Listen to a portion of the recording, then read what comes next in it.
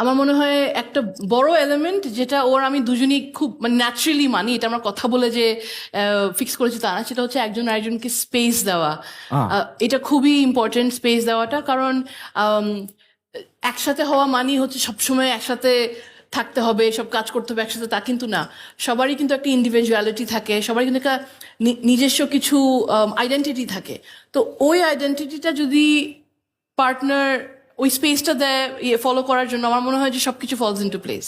ওই সিনেমাতে তো অনেক কিছু বলে, সিনেমার মধ্যে যেমন একটা ডায়লগ দেয়, দো দিল এক জান বলে সবাই। আসলে এক জান হয় না, মানে আমাদের এক হওয়ার দরকার নেই, একসাথে থাকি মানেই যে একদম এক হয়ে যেতে হবে সেটা না। সে তার মতো, আমি আমার মতো, আমরা একসাথে থাকা ডিসাইড করছি একসাথে। So that is very important. আর সবচেয়ে বেশি ইম্পর্টেন্ট আমার জন্য সেটা হচ্ছে পার্টনারকে রেসপেক্ট করা। That is the most important thing, যে তাকে রেসপেক্টের জায়গায় রাখা। কারণ পার্টনারকে রেসপেক্ট করার